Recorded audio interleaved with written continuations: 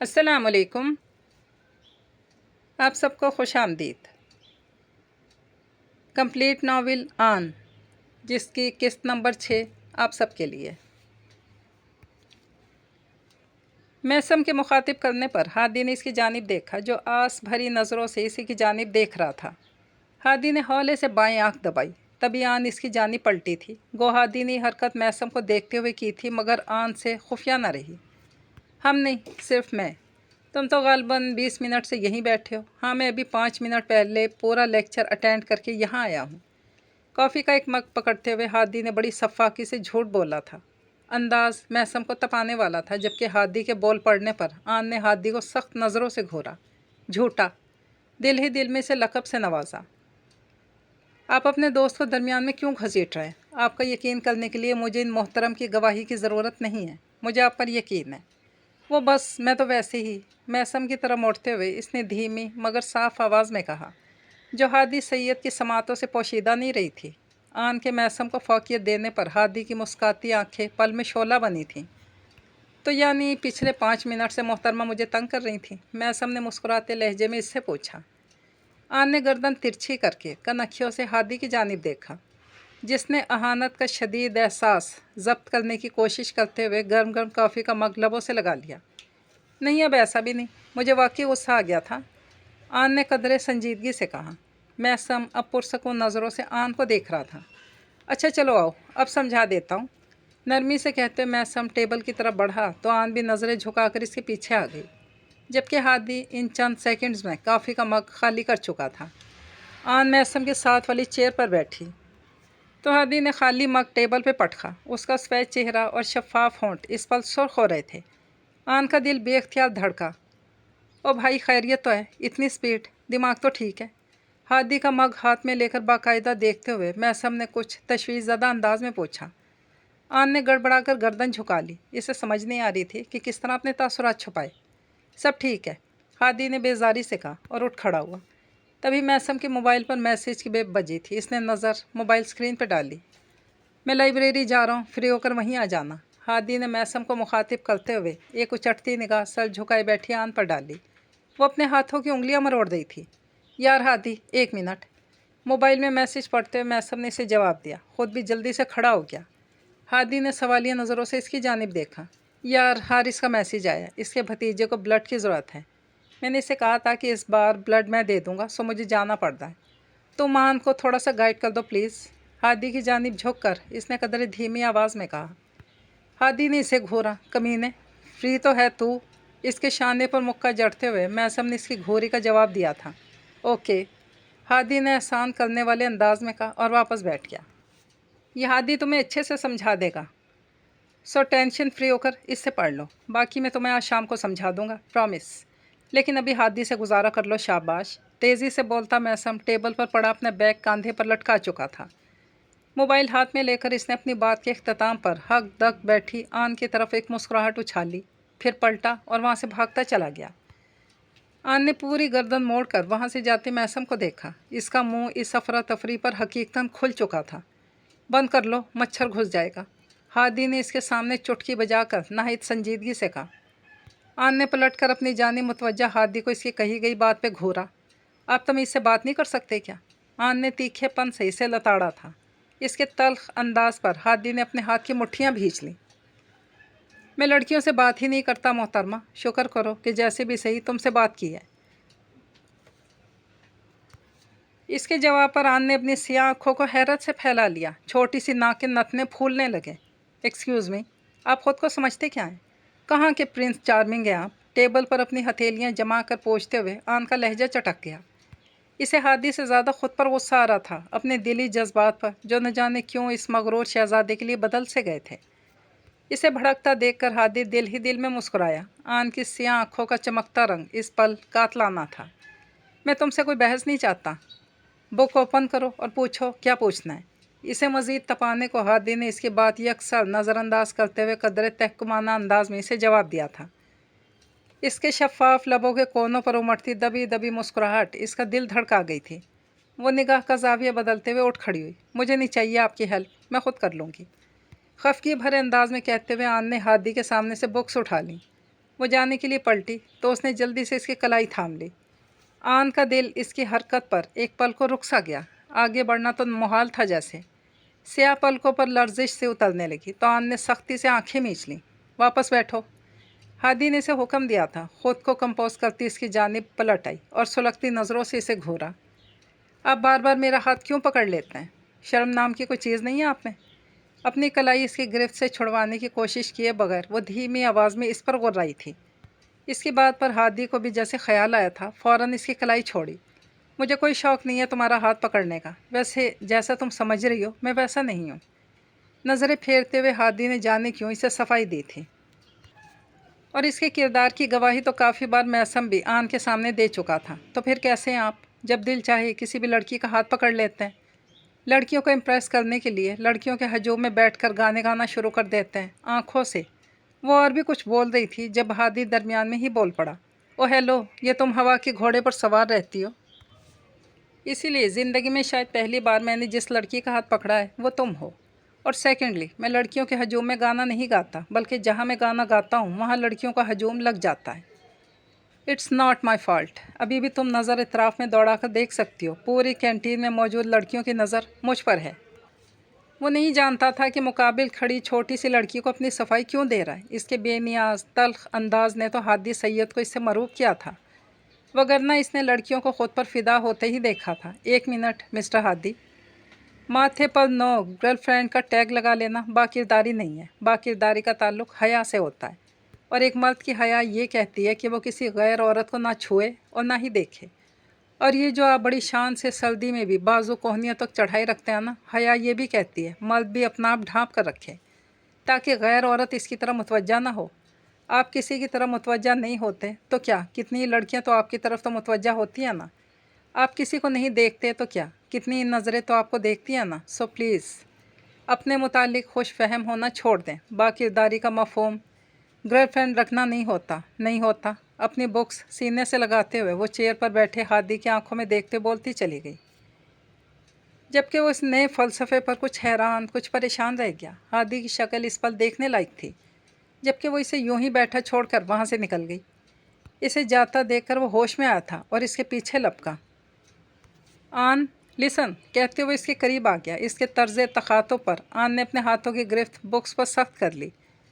جانے کیوں اس شخص کا ہر انداز انوکھا تھا، کیونکہ اب اس نے آن نہیں آنا کہا تھا۔ ایک نامحرم سے محبت کے بارے میں کیا کہتی ہو تم؟ اس کے ساتھ چلتے ہوئے ہادی نے بڑی سنجیدگی سے پوچھا۔ اس کے سوال پر آن نے قدم روک کر اس کی جانب دیکھا۔ ہادی کی ذہین آنکھوں میں اس پل الجھن سی تھی، وجہ چہرے پر بھرپور سنجیدگی تھی۔ آن کو لگا وہ چہرہ اسے مرتے دم تک یاد رہے گا۔ محبت ایسا جذبہ ہے جس پر انسان کا اختیار نہیں ہوتا ہادی سید۔ انسان محبت کرتا نہیں ہے، محبت تو بس ہو جاتی ہے۔ محبت کو اس چیز کی تمیز نہیں ہوتی کہ مقابل محرم ہے یا نامحرم، اسے تو بس دل میں گھر کرنے سے مطلب ہے۔ یعنی محبت میں انسان خود پر سے اختیار کھو دیتا ہے۔ اس کے صبیح چہرے کو نظروں کی گرفت میں لیے وہ نرمی سے پوچھ رہا تھا۔ آن ہولے سے مسکرائی، نفی میں سر ہلایا۔ انسان کبھی بے اختیار نہیں ہوتا۔ ہاں، وہ محبت پہ اختیار نہیں رکھتا۔ اگر نامحرم سے ہو جائے تو پھر عزت اور ذلت انسان کے اپنے ہاتھ میں ہوتی ہے۔ اگر وہ اپنی آنکھوں پر جبر کر لے، دل پر پہرے بٹھا لے تو اس کی عزت بچی رہتی ہے، ورنہ محبت کا چرچا عام ہو جائے تو پھر یقینی طور پر اسے ذلت کا طوق گلے میں پہننا ہی پڑتا ہے۔ ہادی سید کو اس کے لبوں سے نکلا ہر حرف سچا لگ رہا تھا۔ فرض کرو تمہیں ایک نامحرم سے محبت ہو جاتی ہے تو کیا تم خود پر اختیار رکھ سکو گی؟ اس کی سیاہ آنکھوں میں جھانکتا وہ مسکاتے لہجے میں پوچھ رہا تھا۔ آن کی پلکوں پر نمی اترنے لگی۔ اس نے پلکیں جھپکائیں۔ اللہ کی قدرت کے علاوہ دنیا میں ایسا کچھ بھی نہیں جو انسان کے اختیار میں نہ ہو۔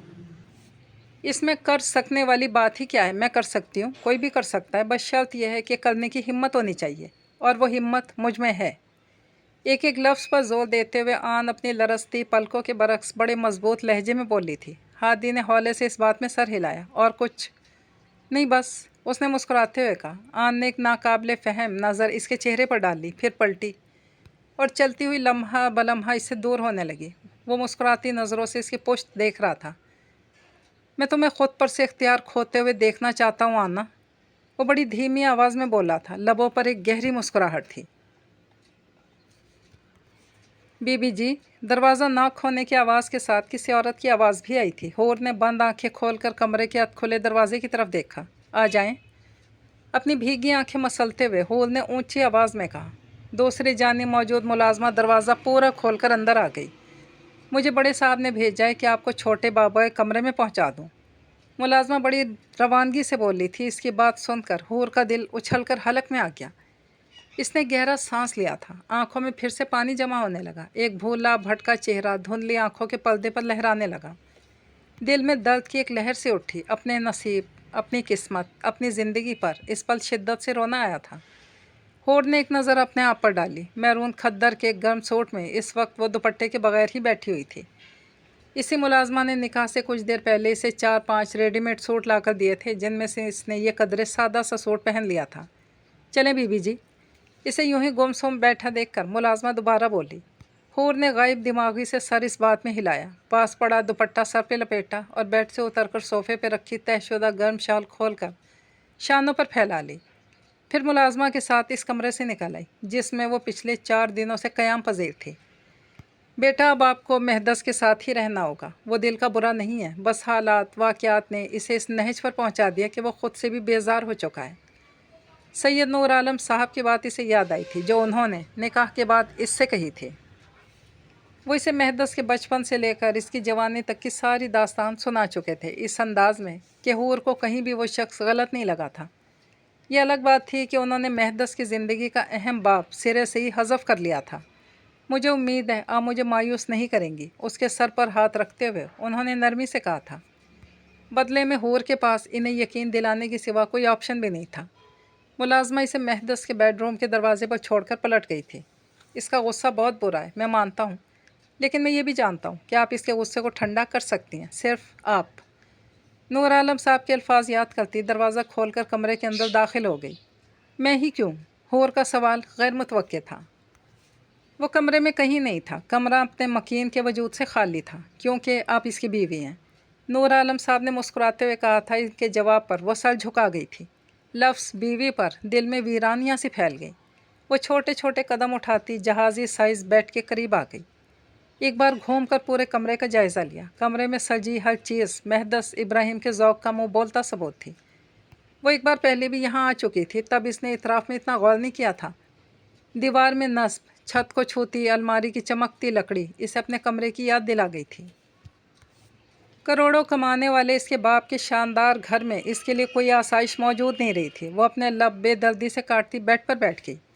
ये पकड़ पैसे और जा, जो ख़रीदना है ख़रीद ले। जगह जगह मुझे बदनाम ना किया कर, वरना तेरा गला घोंट दूंगी। मनहूस हर आए गए के सामने रोना रोती है। कम वक्त मारी माँ तो मर गई, इसे मेरी सौतन बनने को छोड़ गई। आवारा बदचलन। इसके मुंह पर 5-5 हज़ार के नोट मारते हुए वो औरत चिल्लाई थी। हूर ने हड़बड़ा कर अपने चेहरे पर हाथ रख लिए। भीगी आंखें पटपटा कर अपनी गोद को देखा। कमीज़ का दामन खाली था, वहाँ कोई नोट नहीं था। इसने बेख्तियार अपने रुखसारों को छुआ। उंगलियों पर नमी फैलने लगी। अम्मी, अम्मी जी। वो बुरी तरह रो पड़ी, चेहरा हाथों में छुपाकर सिसकने लगी। काश तेरी बजाय अल्लाह मुझे बेटा ही दे देता। तूने तो मेरे सर में स्वाई पाई है, बेगैरत। इसके बाप की भारी गरजती आवाज़ इसके कान के पर्दे फाड़ दी थी।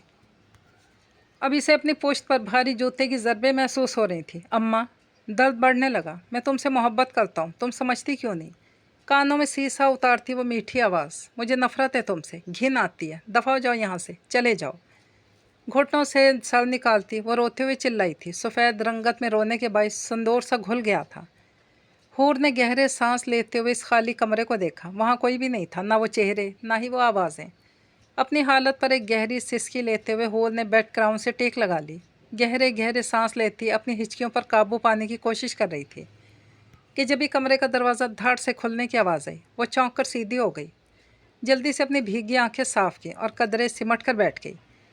दरवाज़ा जिस अंदाज में खोला गया था, इसी अंदाज में बंद कर दिया गया था। आवाज़ इस कदर तेज़ थी कि हूर का दिल धक धक करने लगा। बहुत सारा रो चुकने के बावजूद दिमाग झंझना रहा था।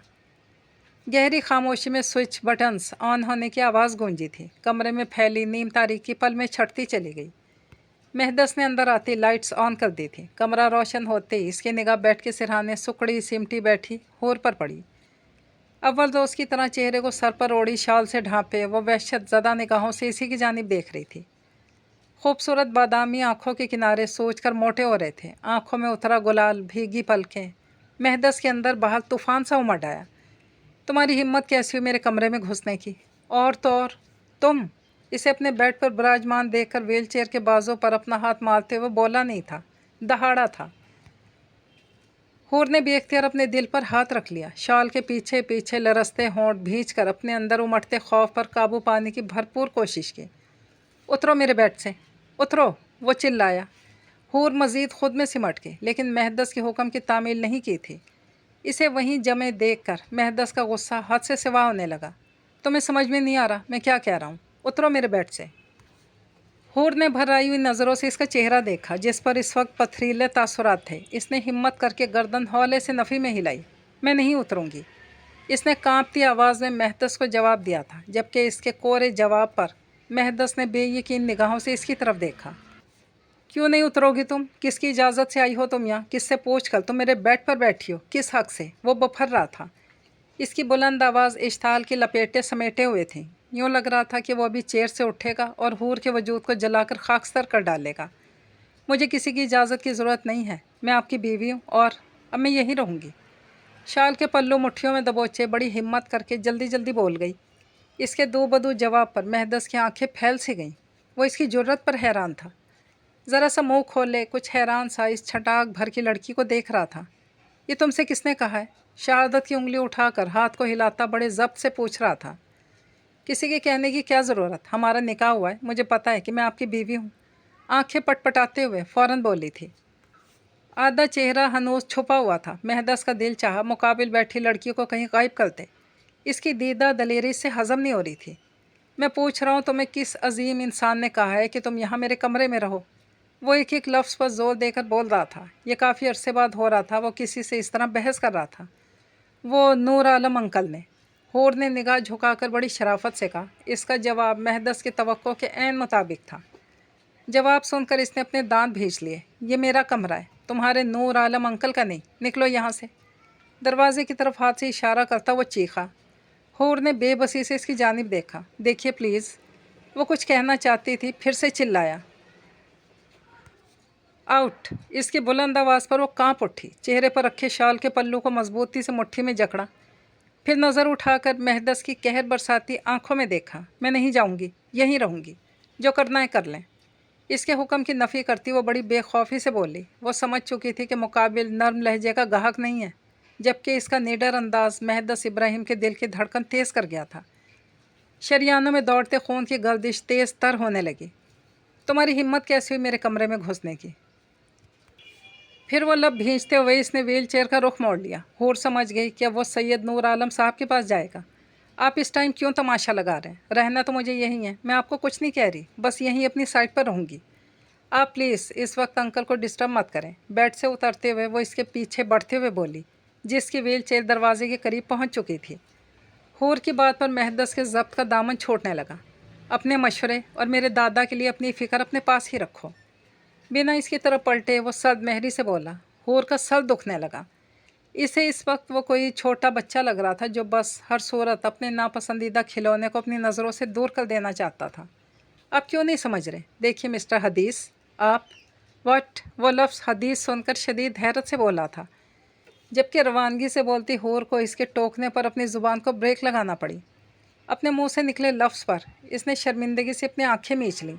हाथों की मुट्ठियां भींचकर ज़ुबान दांतों तले दबा ली। इस सब में इसके हाथ से चेहरे को ढांपे रखे पल्लू छूट गया। तभी वो व्हील चेयर को ज़रा सा तिरछा करता इसकी तरफ पलटा। रोया रोया गुलाबी चेहरा इस पल इसकी सुलगती नज़रों के सामने था। आई मीन मिस्टर महदस। इसने फिर से बोलने की नाकाम कोशिश की। Shut up, just shut up. इसके सिंदूरी मुखड़े से नज़र हटाता वो गुर्राया। वो शर्मिंदा होती इसकी तरफ से रुख बदल गई। इडियट।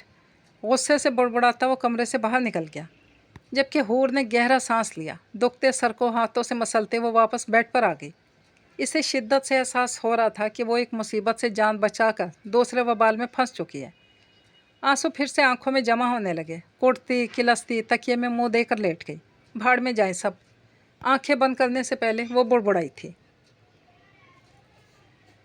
ज़िंदगी ख़त्म ही नहीं होती, एक मुद्दत से मर रहा हूँ मैं। व्हील चेयर की पुश्त से टेक लगाए वो सियाह आसमान को घूर रहा था। मौसम सरमा की सर्द तरीन रात में सियाह आसमान पर इक्का दुक्का तारे चमक रहे थे। वो यासियत भरी निगाहों से इन सितारों में कुछ खोज रहा था। तुम कहाँ हो, किधर, कहाँ, कैसे तलाशूं तुम्हें? आसमान पर एक बहुत ज़्यादा चमकते सितारे पर नज़र टिकाए तकलीफ़ ज़्यादा सा बोल रहा था। आंखें तरस गई हैं। कभी तो मुझे नज़र आ जाओ यार, मुहद्दिस की आवाज़ में गुजारिश थी। सुर्ख आंखों के किनारे आंखों में उभरे डोरों की जलन। और कितनी सज़ा दोगी, माफ़ नहीं कर सकती मुझे? एक बार सियाह आसमान तले वो इर्द गिर्द से बेगाना आसमान पर चमकते सितारे से सरगोशियाँ कर रहा था। सिर्फ एक मौका, आखिरी मौका। हो गई मुझसे गलती, चलो मान लिया कि गुनाह हुआ, तो क्या इतनी सज़ा तो काफ़ी नहीं? बिना पल के झपकाए बड़ी महवियत से निगाह एक मरकज़ पर टिकाए हुए था। आ जाओ ना, अब तो आ जाओ। हार चुका हूँ, थक गया हूँ, मर रहा हूँ। मेहदस की धीमी आवाज़ में थकन थी। यूँ लग रहा था कि वो भी रो पड़ेगा। मिल जाओ मुझे, खुदा का वास्ता है, लौट आओ। बोझल लहजे में कहते हुए इसने अपनी सुलगती हुई आंखें मूंद ली। तभी मोबाइल पर बेल हुई थी। मेहदस अपनी सोचों से निकलकर जीन्स की पॉकेट में शोर मचाती मोबाइल की तरफ मुतवज्जा हुआ। कॉल रिसीव की, फ़ोन कान से लगा दिया। ख़ुद को अजियत देने के बजाय बेहतर था कि तुम मेरे मुकाबिल आकर मुझे अपने लफ्ज़ों से तकलीफ़ दे देते साहबजादे। दूसरी जानिब से बरहमी से गोया हुए थे। मेहदस ने नज़रें दौड़ाकर आसपास देखा। थोड़े फासले पर ही मुनीर नज़रें झुकाए खड़ा था। मेहदस की भवें खिंच गईं। जाने वो कब से वहाँ सर्दी में ठिठर रहा था, और यकीनन नूर आलम साहब को भी इसी ने मेहदस की इस वक्त लॉन में मौजूदगी बताई थी। इसने गर्दन सीधी कर ली। आपको मेरी अजियत से क्या है? बस आपको तो किसी भी गैर को तकलीफ़ से बचाना मकसूद था। जाने कहाँ से उठाकर दिन रात की मुसीबत मेरे सर पे मुसल्लत कर दी, और तो और मेरे बेडरूम में घुसी आराम फरमा रही है मोहतरमा। धीमी आवाज़ में संजीदगी से बोल रहा था। इसके तपे हुए अंदाज पर दूसरी जानिब नूर आलम साहब को हंसी आई, पर वो ज़ब्त कर गए। हाँ तो वो मोहतरमा अब तुम्हारी बीवी है, तुम्हारे बेडरूम में ही रहेगी, अब किसी और के बेडरूम में तो? बड़ी संजीदगी से कहते हुए उन्होंने बात अधूरी छोड़ दी। वो सुलग उठा। और प्लीज़ दादो, यकीनन तप गया था। और ये बीवी आपने ज़बरदस्ती मेरे सर थोपी है, आपने, सिर्फ आपने। वो सर्द लहजे में बोल रहा था। इसका बस नहीं चल रहा था कि इस पल पूरा इब्राहिम पैलेस तलपट कर दे। तुम्हें नहीं लगता कि तुम एक लाहासिल बहस कर रहे हो बेटे? उन्होंने बहुत सोचकर वार किया था। अपने रूम में जाओ, उन्होंने मज़ीद कहा था। और अगर ना जाऊं तो? वो आज उनका सब्र आजमाने पर तुला हुआ था। वो जान चुका था कि वो इसकी हालत के पेश नज़र इसे लॉन में नहीं रहने देना चाहते। मेहदस को ख़ुद भी सर्दी के बाइस अपनी मफलूज टांगों में शदीद दर्द और अकड़ाहट महसूस हो रही थी, मगर वो परवाह नहीं कर रहा था। तो फिर बात यूँ है मेरे शहज़ादे, अगर तुम्हारा प्यारा मुनीर पिछले 90 मिनट से तुम्हारे साथ ही बाहर लॉन में खड़ा हुआ है, और अब अगर अगले 5 मिनट में तुम अपने बेडरूम में ना गए, फिर वो सारी रात वहीं खड़ा रहेगा। फिर चाहे तुम 10 मिनट बाद अंदर आओ या 1 घंटे बाद, वो वहाँ से नहीं हिलेगा। नूर आलम साहब ने इस बार करख्त लहजे में से जवाब दिया था। उनकी बात पर वो किलस कर है क्या? आप मुझे एक मुलाजिम की तरफ से ब्लैकमेल कर रहे हैं? मुहद्दिस ने कुछ खफगी भरे अंदाज में पूछा। जी हाँ, क्योंकि मैं जानता हूँ मुनीर तुम्हारे लिए क्या मायने रखता है। सोचो, अगर अगले 10 मिनट में मैं वहाँ आ जाऊँ तो तुम जानते तो हो मुझ बढ़ऊ को जोड़ों के दर्द का अर्जा है। अब इस बुढ़ापे में, इस कदर सर्दी में। इत्मीनान से कहते उन्होंने बात अधूरी छोड़ दी। वो हर तरफ से इस पर घेरा तंग कर रहे थे। मेहदस ने इस बार बामुश्किल ज़ब्त किया था। आपको पता है, आप मुझे बहुत हर्ट करते हैं। तकलीफ़ ज़दा सा कह रहा था। तुम भी तो मुझे करते हो, उन्होंने भी फ़ौरन कहा था। वो बेबस सा हो गया। इसने हौले से नफ़ी में गर्दन हिलाई, जैसे कह रहा हो आपका कुछ नहीं हो सकता। आई रियली हेट यू दादो, नाराज़गी से कहकर इसने कॉल डिस्कनेक्ट कर दी। दूसरी जानिब अपने कमरे की खिड़की से इसे देखते नूर आलम साहब धीरे से मुस्कुराए थे। मुनीर, मुनीर यहाँ आओ। मुनीर की तरफ पलटते मेहदस ने इसे पुकारा। वो भाग तो इसकी जानिब आया था। मुझे मेरे बेडरूम तक छोड़ाओ, इसे कटीली नज़रों से घूरते मेहदस ने चबा चबा कर कहा। इसके हुक्म पर मुनीर अपनी मुस्कुराहट छुपाने को सर झुका गया। फिर इसकी व्हील चेयर को धकेलता इसे अंदरूनी इमारत में ले आया। इसे इसके बेडरूम के दरवाजे पर छोड़कर वो पलट गया था। कमरे के अंदर आकर इसने दरवाज़ा बंद कर दिया। कमरे में नीम तारीकी का राज था। वो अपनी व्हील चेयर को धकेलता बेड के करीब ले आया। हूर बेड की बाईं साइड पर अपनी शाल ओढ़े सुकड़ी सिमटी लेटी हुई थी। इसकी मध्यम सांसों की आवाज़ बता रही थी कि वो गहरी नींद में है। इसे यूँ पुरसकून सा सोता देखकर उसके अंदर लगी आग भड़कने लगी। महदस ने चेयर ज़रा सी पीछे की, मोड़ी और दरवाजे के साथ दीवार के करीब ले जाकर रोक दी।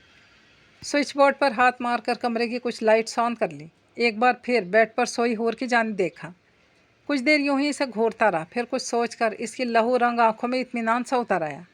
अगले ही पल इसने इसी दीवार में थोड़े से फासले पर नस्ब डेकोरेशन रैक पर हाथ मारते हुए सारे डेकोरेशन पीसेस नीचे गिरा दिए। टूटते तड़कते डेकोरेशन पीसेस ने कमरे में काफ़ी हद तक शोर पैदा कर दिया था, जिसकी आवाज़ सुनकर वो खौफजदा होकर उठ बैठी। नींद भरी आंखों से कमरे में यहाँ वहाँ देखा। इसके उठकर बैठ जाने पर वो रुका नहीं था, वहीं एक कोने में रखे कद्दावर कीमती गुलदान को ज़मीन बोस कर दिया। हूर की हालत धड़ धड़ की आवाज़ पर ख़राब होने लगी। अल्लाह, ये शख्स तोड़ फोड़ के अलावा और कुछ नहीं कर सकता क्या? अपने दिल पर हाथ रखती तशवीश ज़्यादा सी बड़बड़ाई थी। मुंदी मुंदी आंखों से ज़मीन पर बिखरे कीमती साजो सामान को देखते हुए इसे अफसोस हो रहा था। गुमसुम सी यूं ही अपनी जगह बैठी हुई थी। जब वो बेड की दाईं तरफ आ गया, चलो उतरो अब, महदस ने सर्द मेहरी से कहा। हूर ने अपनी आंखें मसल डाली। जल्दी से, शाबाश, मुझे लेटने में मदद करो, क्विक। बिना उसकी तरफ देखे इस पर हुक्म सादिर कर रहा था। इसकी बात पर हूर की आंखें पूरी खुल गईं। मैं? इसने पलकें झपका कर पूछा। हाँ तुम करोगी मेरी मदद, इसकी तरफ देखते हुए बोला। हूर का दिल डूब सा गया। इसकी आंखों में उतरी कच्ची नींद भग से उड़ गई। इसने फटी फटी आंखों से महदस का सेहतमंद लंबा चौड़ा जिस्म देखा। वो भला कैसे इसको संभाल सकती थी? मैंने कहा उठो। इसे अपनी जानिब पूरी आंखें खोलकर तख्ता पाकर वो दहाड़ा। वो कांप कर रह गई। लेकिन मैं कैसे? मैं कैसे आपके करीब आ सकती हूँ? हूर ने रूहानसी होकर कहा। कभी भी इतनी कम एतमाद नहीं रही थी, मगर आज हो रही थी, क्योंकि बात एक मर्द के करीब जाने की थी। मर्द भी वो जो इसका मिजाजी खुदा था। इसे समझ नहीं आ रही थी इसे क्या जवाब दे। क्यों नहीं आ सकती तुम मेरे करीब? मेरे बेडरूम में आ सकती हो, मेरे बेड पर सो सकती हो, मेरे करीब नहीं आ सकती? ओह, कहीं तुम एक बात तो नहीं भूल गई? वो बहुत ठंडे लहजे में से जलील कर रहा था। हूर के गाल तपने लगे। तुम शायद भूल रही हो कि तुम मेरी बीवी हो, यही कहा था ना तुमने? वो अपनी घनी भवें उचकाते हुए महदस ने शान बेनियाजी से पूछा। हूर की सूजी हुई आंखों में फिर से नमी भरने लगी। कम ऑन, बीवी हो तो बीवी के फ़र्ज़ निभाओ। पहली बहुत लेट हो चुका हूँ, मुझे सोना है, आ जाओ। इसके सुर्ख चेहरे सूजी आंखों का लिहाज किए बगैर वो बोला। हूर मरती क्या ना करती के मसदाक बेड से उतर गई। मरे मरे कदम उठाते हुए इसकी जानिब आई थी। करीब आओ, या दूर से ही मदद कर दोगी? वो इस्तेहज़ाइया अंदाज में गोया हुआ। हूर का वजूद पानी पानी होने लगा। हाथों में लर्जिश से उतर आई थी। वो 2 कदम मज़ीद करीब हुई थी। महदस हैज़ उठाती नज़रों से इसका सुर्ख अनारी चेहरा देख रहा था। बादामी आंखें छलकने को बेताब थीं। इसने कब सोचा था कि वो माजूर इंसान पहले दिन ही इसे यूं बेबस कर देगा। चादर अपने गिर्द अच्छे से लपेट कर वो इसकी जानिब झुकती अपने हाथ इसकी तरफ बढ़ा गई। मखरूती उंगलियों की कपकपाहट महदस इब्राहिम के सर्द निगाहों के सामने थी। महदस की व्हील चेयर बेड के बिल्कुल करीब थी। उसके बढ़े हुए हाथ थाम लिए। ठंडे बर्फ़ हाथों का सर्द लम्स हूर के जिस्म में करंट सा दौड़ा गया। इसकी नम आंखों से छलकते आंसू गालों पर लुढ़क आए। महदस ने इसके नाजुक हाथ अपने कमर में डाल लिए। हूर का दिमाग सुन्न होने लगा। ये मुझसे नहीं होगा, आप किसी मुलाजिम को बुला लें प्लीज़। कांपती आवाज़ में कहकर हूर ने इससे दूर होने की कोशिश की, मगर महदस ने बर वक्त इसकी कमर के गिर्द अपने बाजुओं का हिसार बना लिया। हूर की बिखरती हालत देखकर महदस इब्राहिम के अंदर सुलगती आग पर बर्फ़ सी पड़ रही थी। ये मुलाजमों के करने वाले काम नहीं है बीवी, ये तुम्हारा फ़र्ज़ है, तुम्हें ही करना पड़ेगा। बेतासुर अंदाज में कहते हुए महदस ने इसके कंधों पर जोर डाला। उसके वजूद से फूटती दिल फरेब कलौन की महक हूर की सांसों में उतर रही थी। इसने आंखें मीच कर महदस इब्राहिम को थामने की भरपूर कोशिश की। वो बड़ी मुश्किलों से इसे अपने बेड पर बिठाने में कामयाब हो पाई थी। ऐसा करने में इसका सांस फूल गया। चेहरा यूँ सुर्ख पड़ गया जैसे रुखसारों से खून छलक पड़ेगा। इसे बेड क्राउन से टेक लगाकर सुकून से बैठता देखकर वो जल्दी से पीछे हुई, लेकिन महदस ने फुर्ती से इसकी कलाई थाम कर इसे अपनी जानिब खींच लिया। वो तवाज़ुन कायम न रख पाई, लेकिन इस पर गिरने से बचने को इसने बेड क्राउन पर अपनी हथेली जमा ली। शाल उसके सर से सरक कर कंधों पर ढलक रही थी। महदस मुतवज्जा नहीं था। तुम मेरी बीवी बन चुकी हो और अब मेरा छोटे से छोटा बड़े से बड़ा हर काम तुम्हारी जिम्मेदारी है। अब कान खोल कर सुनो, सुबह तुम्हें क्या क्या करना है। इसकी भीगी आंखों में झांकता सर्दपन से बोल रहा था। हूर का सांस खुश्क होने लगा। मैं सुबह 7 बजे उठता हूँ, सो तुम मुझसे पहले जागा करोगी। और तुम मुझे जगाओगी। 8 बजे तक ऑफिस के लिए रेडी होता हूँ, तो मुझे रेडी करवाना तुम्हारी जिम्मेदारी है। और 8:30 बजे नाश्ते की टेबल पर जाता हूँ तो मिसेस मेरे टेबल पर आने से पहले मेरे लिए नाश्ता तुम बनाओगी। इसकी तरफ बेतहासुल निगाहों से देखता बड़ी रवानगी से बोल रहा था। हूर ने बामुश्किल इस बात में सर हिलाया। आंसू मुतवातर गालों पर बह रहे थे, लेकिन मुकाबिल का चेहरा बता रहा था कि इसके लिए हूर की आंखों से बहते आंसू पानी की सी हैसियत रखते हैं। दैट्स गुड, चलो अब सो जाओ। इसकी कलाई एक झटके से छोड़ते हुए इत्मीनान से बोला। हूर लड़खड़ा कर पीछे हुई, जबकि वो खुद को सरकाते हुए लेट गया।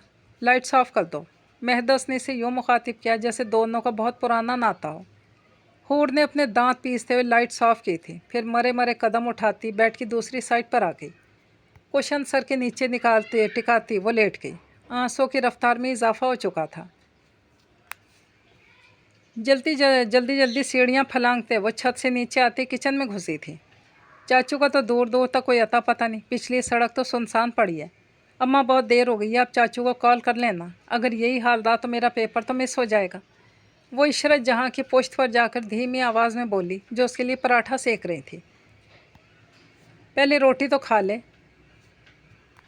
खाली पेट दिमाग भी काम नहीं करता। कुछ खाएगी तो हाथ पैर भी काम करेंगे। ले मेरी धी, खा ले। गरम गरम पराठे का निवाला बनाकर उसकी तरफ बढ़ाते उन्होंने शीरीं लहजे में कहा। राबी ने मुंह बनाते निवाला मुंह में डाल लिया। और कितना ठुसवाएगी अम्मा, सुबह से 2 दफ़ा तो नाश्ता करवा दिया आपने, और अब ये तीसरी शिफ्ट। मुझे नहीं खाना, और आप बस चाचू को बुला दें। उन्होंने चाय का मग इसकी तरफ बढ़ाया तो मुंह टेढ़ा करते हुए बोल पड़ी।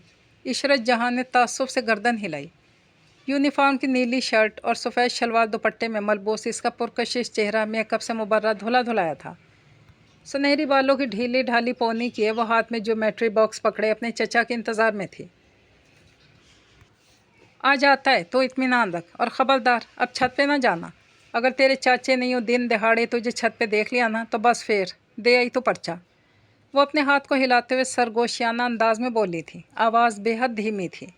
उनकी तंबीह पर राबी ने नागवारी से गर्दन झटकी।